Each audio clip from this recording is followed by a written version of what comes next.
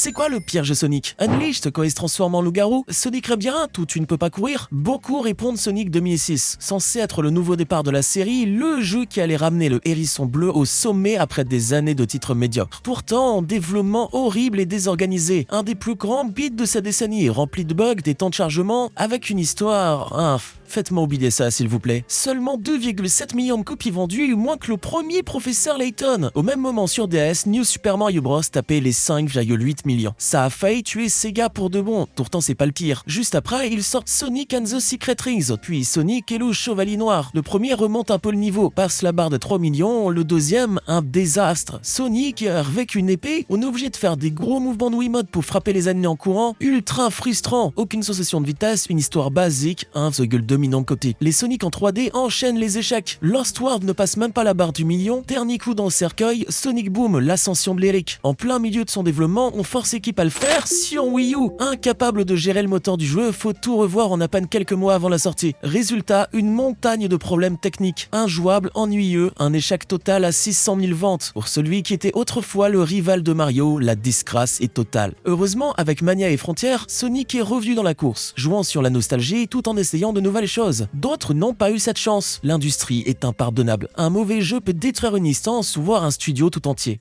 Comment Cyberpunk a déçu tout le monde? Le JV tout entier a failli disparaître à cause d'E.T. Fait en 3 semaines par un seul homme, tellement nul qu'il est devenu le symbole du grand crash du jeu vidéo. Atari croyait capitaliser sur un hype du film. Couverts de honte, ils ont pris les cartouches restantes pour les enterrer dans le désert du Nouveau-Mexique. Après ça, il n'était plus qu'un éditeur de seconde zone qui a fini par disparaître presque complètement. Pourtant, on n'a pas retenu la leçon. Aujourd'hui, le nouveau E.T., c'est Cyberpunk, le pire lancement de toute l'histoire. En 2012, CD Projekt est au top. Grâce aux 2 premiers Witcher, d'un petit studio polonais inconnu, ils deviennent subitement un pilier international. La saga du sorceleur écoule 50 millions de copies, acclamés par industriels et critiques avec une armée de fans à leurs pieds. Ils annoncent leur nouveau projet, Cyberpunk, un jeu de rôle iconique adapté dans ce qui sera le plus grand RPG de tous les temps. Pas tout de suite. D'abord, il faut finir The Witcher 3 et tous ses DLC. 4 ans s'écoulent entre son annonce et le début officiel de développement. Déjà, ça commence pas. Surtout qu'entre une aventure médiévale à la 3e personne et un GTA-like futuriste en vue FPS, pas beaucoup de points communs. Rien n'est réutilisable, il faut partir de zéro. On passe sa première année à développer un nouveau moteur graphique. Les voitures, le tir, la customisation de personnages, faut coder une tonne de nouveaux trucs que les équipes n'avaient jamais fait avant. Pourtant, les chefs de la boîte sont confiants. Ils promettent à leurs investisseurs. Le jeu sortira le 16 avril 2020 sur toutes les plateformes. PC, PS4, PS5, Xbox One, Series X, encore une couche de travail en plus. En plus des 280 millions alloués au jeu, on dépense 160 millions en marketing. Avec Keanu Reeves, la star de John Wick, en tête d'affiche qui convainc le monde entier que ça va être une tuerie. On met le paquet dans les démos, mais les développeurs n'aiment pas ça. Le jeu n'a pas besoin de tant de pubs. La réputation de studio suffit. En plus de jouer avec les attentes du public, on gaspille juste de l'argent et du temps. Résultat, ils passent des heures à peaufiner des séquences pour les trailers alors que le jeu est encore trop fait de bugs.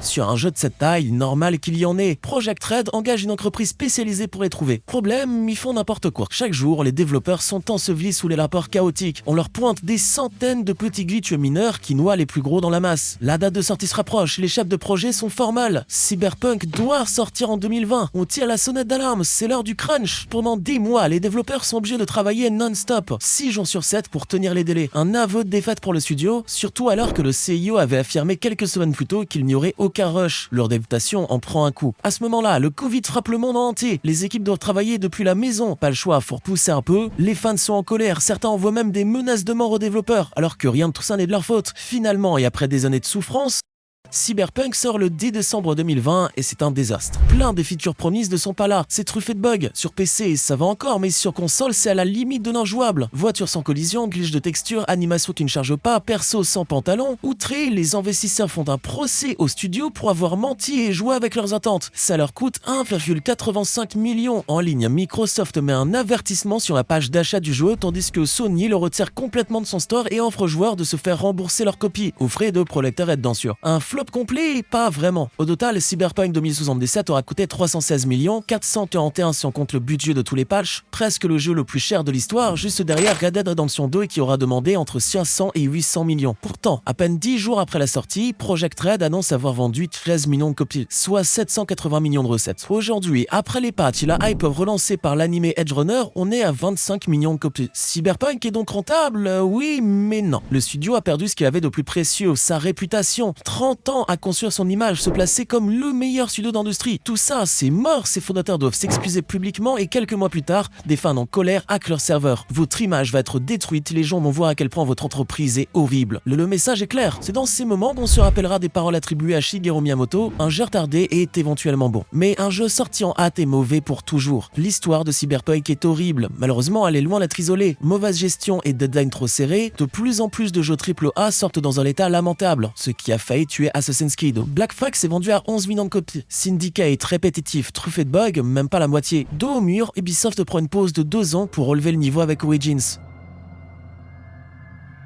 Tous n'ont pas cette chance. Après l'échec cuisant de Mass Effect Andromeda, un jamais célèbre pour ses visages tellement glitchés qu'il te donne des cauchemars, Electronic Arts se ferme BioWare Montréal, le studio derrière le jeu. Des centaines de développeurs mis à la porte alors qu'ils n'étaient que les victimes d'un mauvais management.